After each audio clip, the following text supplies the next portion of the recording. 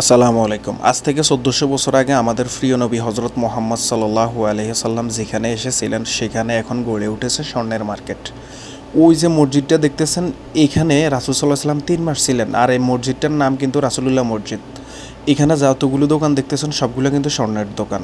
এর মধ্যে এই দোকানটা আমার ভালো লাগে কারণ এখানে নির্ধারিত দাম থেকে কিছু কম দেওয়া যায়। তো মাঝে মধ্যে স্বর্ণ না কিনলেও আইসা এদের সাথে দেখা টাকা করি, কথা টথা বলি, যাই দাম টাম জিজ্ঞেস করি কি আসে বিষয়। তবে আজকে স্বর্ণের দাম শুই না আমি পুরা টাস্কি খেয়ে গেছি। আজ থেকে ৭ মাস ৮ মাস আগে যে স্বর্ণ আমি কিনছি ২৫৫ রিয়াল গ্রাম ট্যাক্স সহ, সেই স্বর্ণ এখন হয়ে গেছে ৩৫০ রিয়াল ট্যাক্স সহ ২২ ক্যারেট। মানে প্রতি গ্রামে প্রায় ৮০ থেকে ১০০ টাকা ব্যবধান হয়ে গেছে। ৮০ রিয়াল ১০০ রিয়াল কিন্তু কম টাকা না, বাংলাদেশি টাকা প্রায় ২৫০০ থেকে ৩০৩১ টাকা বর্তমান টাকার রেট অনুযায়ী। তো প্রত্যেক গ্রামে যদি ৮০ রিয়াল ১০০ রিয়াল বাড়ে, ধরেন গড়ে প্রত্যেক গ্রামে আমি ৩০০০ টাকা ধরলাম বাড়ছে, তো ১১.৫ গ্রামের থেকে সামান্য একটু বেশি হয় এক ভরি। তো প্রত্যেক গ্রামে যদি আপনার ১০০ রিয়াল বাড়ে তাহলে মনে করেন ১১ গ্রামে কত, ১১০০ রিয়াল। ১১০০ রিয়াল বাড়ছে, ১১০০ রিয়াল বাংলাদেশে কত, প্রায় ৩৫,০০০ টাকা প্রত্যেক ভরিতে বাড়ছে। চিন্তা করা যায়, মানে হতভম্ব হয়ে গেছে পুরো আমি।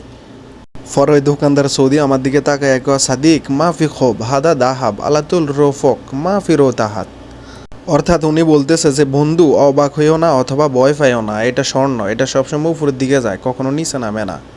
ওই মুহূর্তে একজন ইন্ডিয়ান লোক তার বউয়ের জন্য চেইন কিনতেছে আর কি। তো এগুলা কিন্তু একটা ২ ভরির উপরে, প্রায় একটা ২৪ গ্রাম ২৫ গ্রাম, মানে গরুর দড়ার মতো এক একটা, দেখছেন। তবে একটা অবাক করা বিষয় কি জানেন, এত মিলিয়ন মিলিয়ন রিয়ালের এত কেজি কেজি স্বর্ণ নিয়ে ওনারা বসে থাকে, ওনাদের মধ্যে কোনো টেনশন নাই। অর্থাৎ চোর ডাকাইত এরকম কেউ আইব, কোনো বিপদ হইতে পারে এরকম কোনো ভয় নাই। মানে ওনাদের দোকানগুলো সাধারণ দোকানের মতোই, এক্সট্রা কোনো মানে কেসি গেট। আমি বাইতুল মোকাররমে গেছিলাম একবার, ওখানে যে স্বর্ণ মার্কেট, ওখানে এক একটা দোকানের ২-৩টা কেসি গেট পর্যন্ত দেখছি আমি। তো ওনারা কিন্তু সাধারণ তেল নুন আলু বিক্রি করে যেরকম দোকান, ওনারা স্বর্ণ বিক্রি করে একই রকমের দোকান, একই রকমের শাটার, মানে আলাদা কোনো কিছু নেই। এটা কেন সম্ভব হয়েছে জানেন? এটা সম্ভব হয়েছে একমাত্র কোরআনের কারণে। এই দেশের সংবিধান হচ্ছে কোরআন, কোরআন দিয়ে এই রাষ্ট্র চলে। এই দেশে কোনো আকাম কুকাম চলে না, এখানে কেউ আকাম কুকাম করবো সাইরে যাওয়ার সুযোগ নাই।